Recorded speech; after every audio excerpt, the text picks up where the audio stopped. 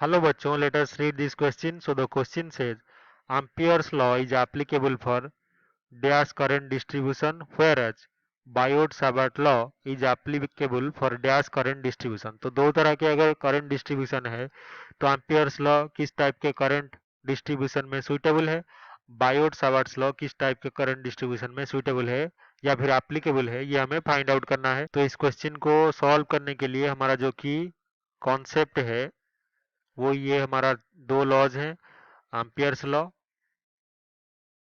Ampere's law और दूसरा important क्या है, बायोट साभाट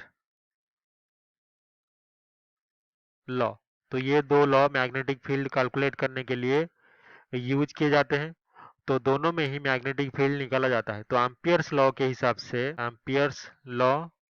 हिसाब से हम लिख सकते हैं कि इंटीग्रेशन जो होगा line integral of magnetic field और एक लेंथ का कंपोनेंट इज इक्वल्स टू हमेशा होता है म्यू नॉट इनटू आई। और ये जो लाइन इंटीग्रल हम ले रहे हैं इसका नेसेसरी कंडीशन क्या है, ये एक क्लोज्ड लूप होना चाहिए। और इसी तरह से जो हमारा बायोट साभाट लॉ है तो इस लॉ के हिसाब से किसी भी करंट कैरिंग एलिमेंट के लिए हम फाइंड आउट कर सकते हैं मैग्नेटिक फील्ड। तो वो डी बी जो होता है वो mu naught divided by 4 pi into I यानी कि current into D L sine theta divided by R square होता है।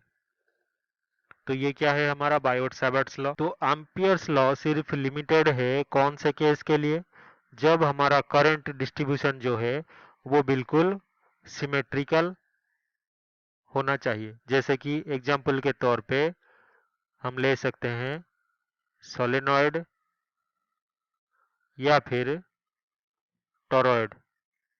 लेकिन हमारा जो बायोट सावर्ट्स लॉ है वो एप्लीकेबल हो सकता है एसिमेट्रिकल करंट डिस्ट्रीब्यूशन के लिए, एसिमेट्रिकल। और इसका अगर हम एग्जांपल लें तो हमारा लाइन चार्ज जहाँ पे फ्लो कर रहा है स्ट्रेट लाइन में जब करंट फ्लो कर रहा है, या फिर कर्व्ड वायर हो किसी भी शेप में, तो हमारा जो फाइनल आंसर होगा कि एम्पियर्स लॉ सुइटेबल फॉर है सिमेट्रिकल केस के लिए डिस्ट्रीब्यूशन के लिए, बायोट सावर्ट लॉ हमारा एप्लीकेबल है फॉर असिमेट्रिकल करंट डिस्ट्रीब्यूशन के लिए।